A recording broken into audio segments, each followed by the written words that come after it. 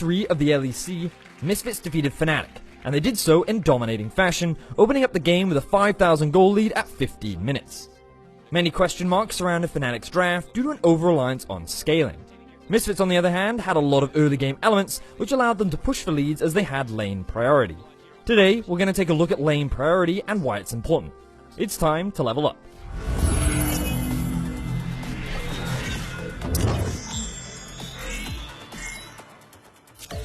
Before we dive into Fnatic's game, let's talk about lane priority.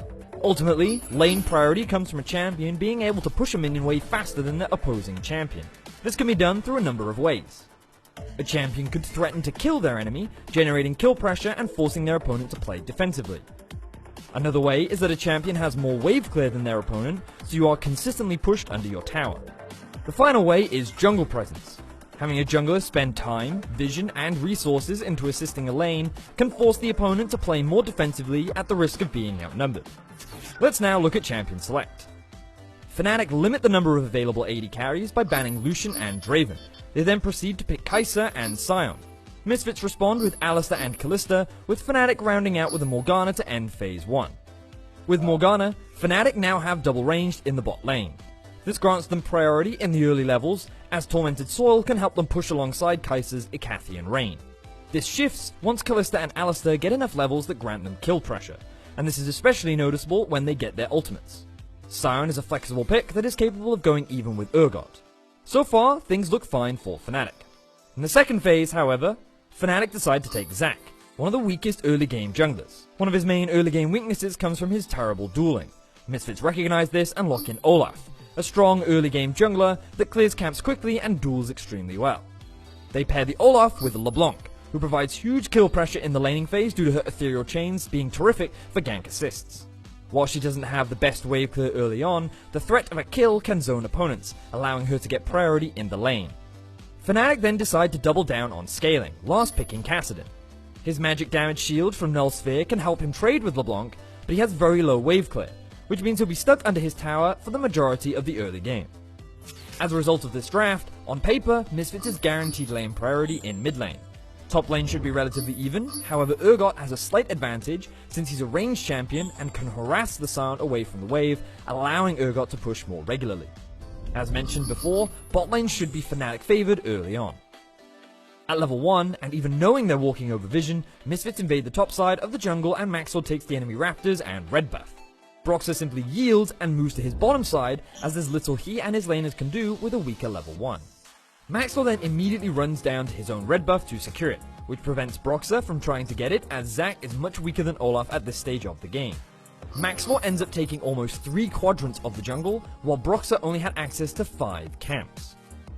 At 4 minutes and 10 seconds into the game, Misfits have generated a 1,000 gold advantage from their leads in the mid, top, and jungle. The result of the mid matchup alongside a good early game plan to punish the scaling picks justifies the leads in the mid and the jungle. Bot lane is now level 3, and with all 3 spells, Alistar can break Morgana's Black Shield with sufficient magic damage, so Fnatic opt to play safer.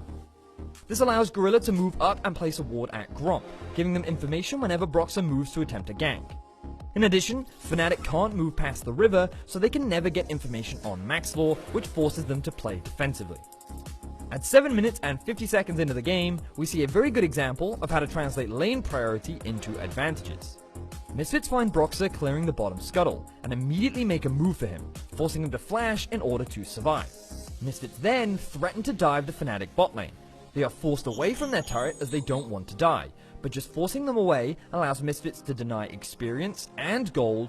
There's little that Fnatic can do to answer this pressure, as their jungler is still only level 5, while Kassadin is also stuck under his turret and cannot follow, guaranteeing a numbers advantage for Misfits. During this extended period, Featherman constantly shoves his wave and moves to the bot side of the map. This denies the first blue buff from Kassadin, allowing them to keep up the pressure and continuously deny experience and gold from Fnatic, giving Misfits a 2,200 gold lead at only 10 minutes.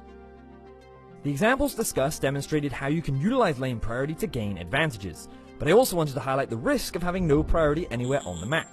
The game can snowball quickly out of your control, and there are few options for you to do anything. Therefore, here are a few takeaways for you to remember. In your solo queue games, you want to work towards having a balance. If you want to play, say, with a scaling jungler like Karthus, make sure you have strong laners so they can help you more readily if you're in danger.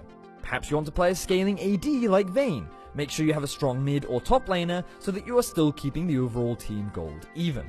Remember that if an enemy roams from their lane to yours, your ally might not always be able to follow. Keep an eye on the minimap for where your teammates have priority, and show respect to the possibility of your enemies utilizing that. Remember to work together. You will notice that Misfits always helped each other when trying to make a play. When Maxlor wanted to invade, his laners pushed and joined him so they could provide support. Priority and pressure are best maximized when working with your teammates. Lastly, if you're playing a jungler, remember to look at the state of your lanes before committing to a fight or an invade. If your laners don't have priority, that likely means that the opponent will be able to collapse before your allies, and this is definitely not your teammates' fault. I hope this helped you understand